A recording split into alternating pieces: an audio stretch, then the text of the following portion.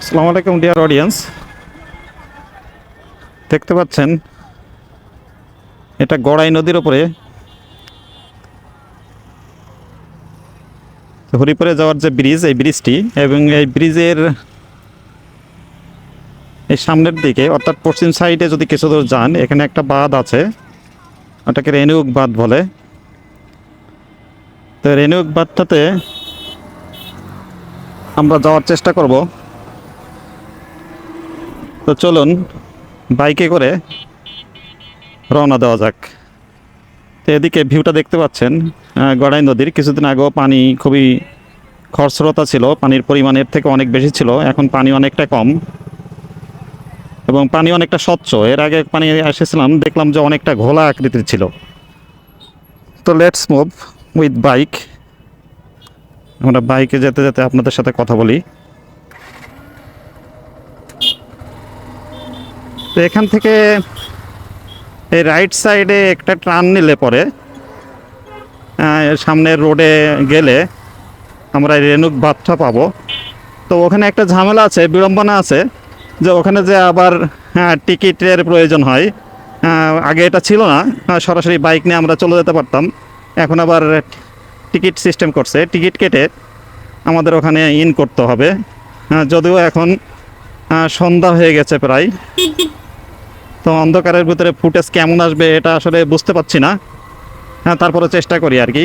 আসলে জব করে সময় পাওয়া যায় না, আর সময় পাইলেও অনেক অন্যান্য পার্সোনাল কাজ থাকে, যে পার্সোনাল কাজগুলো হ্যান্ডেল করতে আসলে হিমশিম খাওয়া লাগে। বাজার, বাচ্চাদের স্কুল, এগুলো মেনটেন করতে হয়, কোচিং।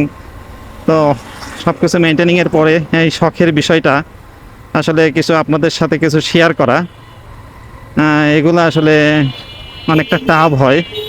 তারপরে যদি আপনাদের সহযোগিতা পাওয়া যায়, আপনাদের কন্ট্রিবিউশন পাওয়া যায়, এটা আমার ইন্সপাইরেশন করবে আর কি, কাজটা করতে আমাকে সহযোগিতা করবে।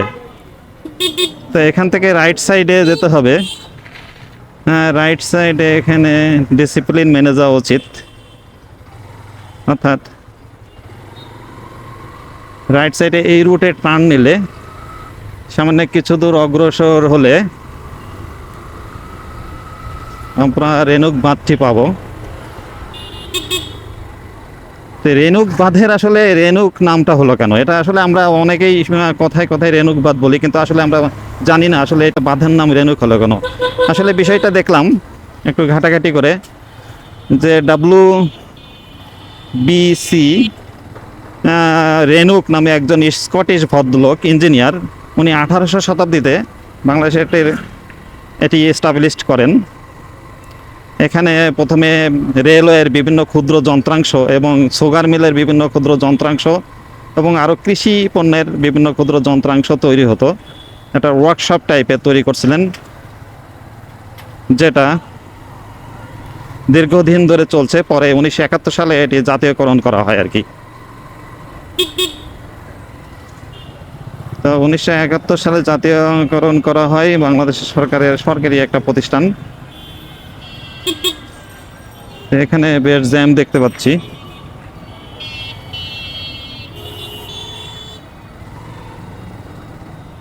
এখানে দেখছি দুজন পুলিশ ভদ্রলোক, তিনজন একসাথে দাঁড়িয়ে আছেন, এমন সম্ভবত যে কোনো বিষয়ে তারা ইনভেস্টিগেশন করতে এসছে।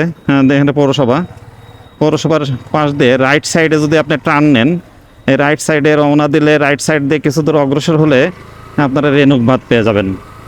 এটা খুব ইজি লোকেশন, অর্থাৎ মজমপুর লেফট সাইডে মজমপুর, এই মজমপুর এখানেই ছেড়ে আসলাম। তো মজমপুর থেকে আসে অথবা NS রোড থেকে, ডান সাইডে NS রোড থেকে এসেও আপনি এখানে আসতে পারবেন। জাস্ট রিক্সা ভাড়া 10 টাকা কিংবা 15 টাকা নেবে। Walking distance, very close two town. তো আমি ওদিক থেকে যে ব্রিজের ওপর থেকে একটু টার্ন নিয়ে, ইউটার্ন নিয়ে লেফট সাইডে এদিকে এসেছি। দেখি কিছু দেখানো যায় কিনা আপনাদেরকে। আসলে সন্ধ্যা হয়ে গেছে প্রায়, আরেকটু আগে আসা দরকার ছিল। এই যে রেনুক বাঁধের গেটে ঢুকছি, এদের এসে Renuk Yajneshwar and company BD limited, Kushtia. স্থাপিত স্থাপিত 1881 খ্রিস্টাব্দে বাংলাদেশ চিনি ও খাদ্য শিল্প কর্পোরেশনের একটি প্রতিষ্ঠান। তো এখানে সিকিউরিটি আছে, সমস্যা নাই। সামনে কি এখন টিকিট কাটা লাগে নাকি এখনো? ও আচ্ছা, ঠিক আছে, একটু ঢুকে দেখি আর কি। তো আমার অনেক দিন আসা হয় না, আগে বাচ্চাটা ছোট ছিল, মাঝে মাঝে আসতাম এদিকে বিকালে একটু এনজয় করার জন্য। আসলে এখন বাইকে করে সবাই আসা যায় না, হ্যাঁ, বাইকে করে মুভ করা যায় না, যার কারণে আসলে ঘোরাঘুরি কমে গেছে আর কি। তো অন্ধকারের ভিতরে ভিডিওটা কেমন হবে বুঝতে পারছি না, তারপরেও চেষ্টা করছি আর কি। এই যে রেনুকের ভিতরে আর কি, এটা একটা মসজিদ দেখতে পাচ্ছেন, অনেক সুন্দর। এই মসজিদে নামাজ পড়ার সুযোগ হয়েছে আমার।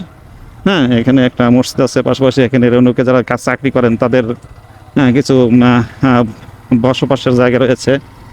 তো এখানে সামনে টিকিট কাউন্টার। তো অন্ধকার হয়ে গেছে এখন, অন্ধকারের ভিতরে আসলে তারপরেও দেখি, চেষ্টা করি জানা যায় কিনা কিছুটা। রেনুক বিনোদন পার্ক অ্যান্ড রিসর্ট।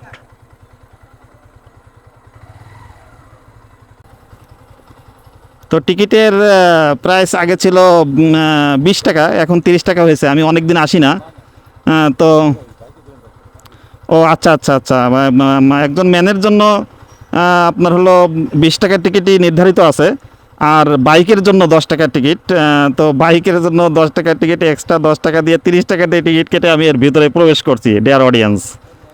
তো এই জায়গায় ঢোকার জায়গায় এদিক থেকে ঢুকতে হবে। ঠিক আছে, আমি চেষ্টা করি ঢোকা যায় কিনা, একটু ডিফিকাল্ট হবে।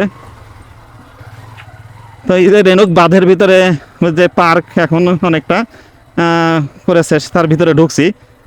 দেখতে পাচ্ছেন ডিয়ার অডিয়েন্স, এখানে গাছ, প্রচুর পরিমাণে গাছ আর কি। এখানে পর্যাপ্ত পরিমাণে গাছগাছালি, আর পাশাপাশি বাচ্চারা আসে আর কি বেড়াতে বেসিক্যালি। হ্যাঁ, ছোটো বাচ্চারা এই নদীর ধারে বিকেলবেলা একটু রিফ্রেশ হতে আসে। আসলে ঘরের ভিতরে বন্দি জীবনযাপন করতে আর কার বা অত সময় ভালো লাগে আর কি। তো দেখতে পাচ্ছেন ডিয়ার অডিয়েন্স, হ্যাঁ,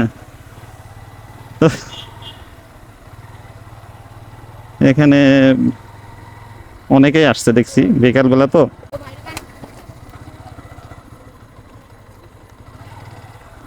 এখান থেকে রাইট সাইডে ঘুরে আমি একটু টার্ন নেই, আপনাদেরকে কিছু দেখানোর চেষ্টা করি। অন্ধকার হয়ে গেছে প্রায়।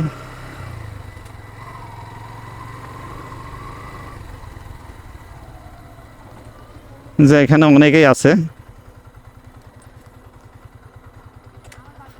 তো এই যে এই সাইডটা দেখিয়েছিলাম যে হরিপুর ব্রিজ, পাশাপাশি কিছু ড্রেজিং করার জন্য কিছু মেশিন দেখা যাচ্ছে এখানে। অনেক সময় নদী শুকায় যায়, যখন শুকায় যায় তখন ড্রেজিং করে আর কি। ড্রেজিং করার জন্য এখানে কিছু ইয়ে আছে। অনেকে নৌকায় করে নদীর ওপারে যায়। হ্যাঁ, নদীর ওপারে গেলেও অনেকটা রিক্রিয়েশন করা যায়। তো ডিয়ার অডিয়েন্স, এখানে খুব একটা প্রাইস লাগে না, নামমাত্র প্রাইসেই করা যায়। এটা দেখতে পাচ্ছেন নৌকাগুলা এখানে থেমে আছে।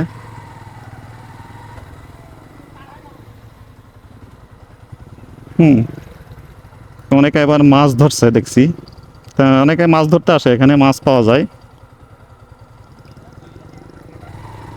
তো জাস্ট কিছু আর কি দেখানোর চেষ্টা করা আর কি। এখানে একটা বট গাছ, এখানে বটের শেকড়ের চাপে এখানে একটা ভেঙে যাচ্ছে, ফেটে যাচ্ছে। আগে যখন আসতাম এই বট গাছগুলো অনেক ছোট ছিল, তার মানে গাছগুলো খুব দ্রুতই বড় হচ্ছে। তো গাছের পাশাপাশি লেফট সাইডেও দেখছি অনেকটা এখন বাঁধ দিছে, এই বাঁধের পাশাপাশি সূর্য প্রায় ডুবন্ত অবস্থা আর কি।